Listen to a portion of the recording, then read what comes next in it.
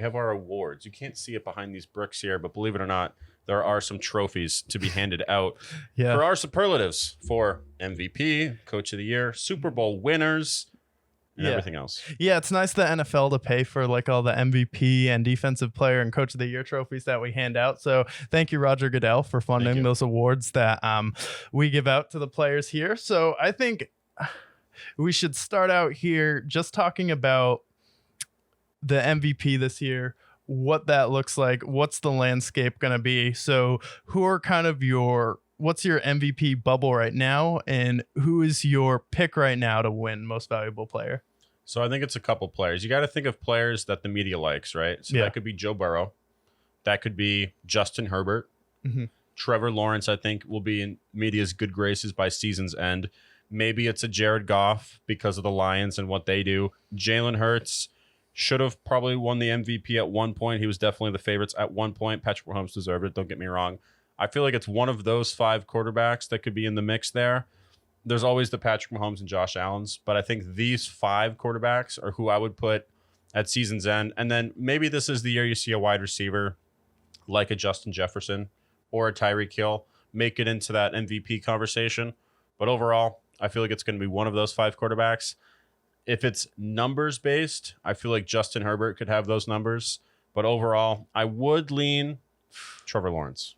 Yeah, I mean, you can't win a MVP unless you win that division, which is where I would have the hesitation picking someone like Justin Herbert, because like if they win the division, he would definitely deserve Most Valuable Player, because knocking off the Chiefs as perennial division winners would be a hell of a feat. So I could see that.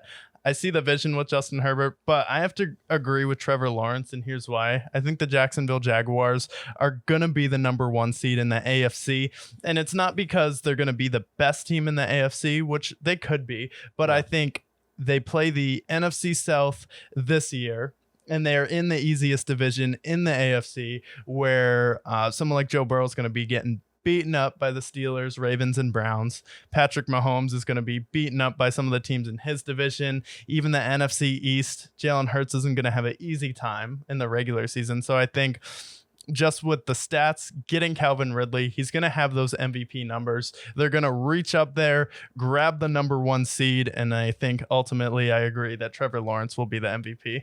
Yeah, I look at everybody else. Jared Goff, the media doesn't like Jared Goff, but they love the Lions. I don't see him winning MVP. You have Justin Herbert. You mentioned the division win. He's probably not going to win his division. I do think he'll throw for 5,000 yards. And then outside of that, it could be like maybe a Justin Fields rushes for 1,000 yards. That could be a possibility. Yeah. I just don't think the Bears are going to be that good overall. I feel like they're an 8 or 9 win team. So it comes down to number 1 seed, top 5 quarterback, good numbers. The number 1 pick here has got to be Trevor Lawrence. Yeah, I think the number 1 pick there will be Trevor Lawrence. He's been the best player in high school, best player in college, and now I think he's going to make the leap, not to best player in the NFL, but I think this year, if he makes it and wins a Super Bowl, he passes Joe Burrow, passes Josh Allen, and then passes everyone. He could even pass Patrick Mahomes if he has better stats and beats him head-to-head in the playoffs. Possibly. It's going to be hard for him to overthrow Patty. But those other guys, I can definitely see, especially if he wins a Super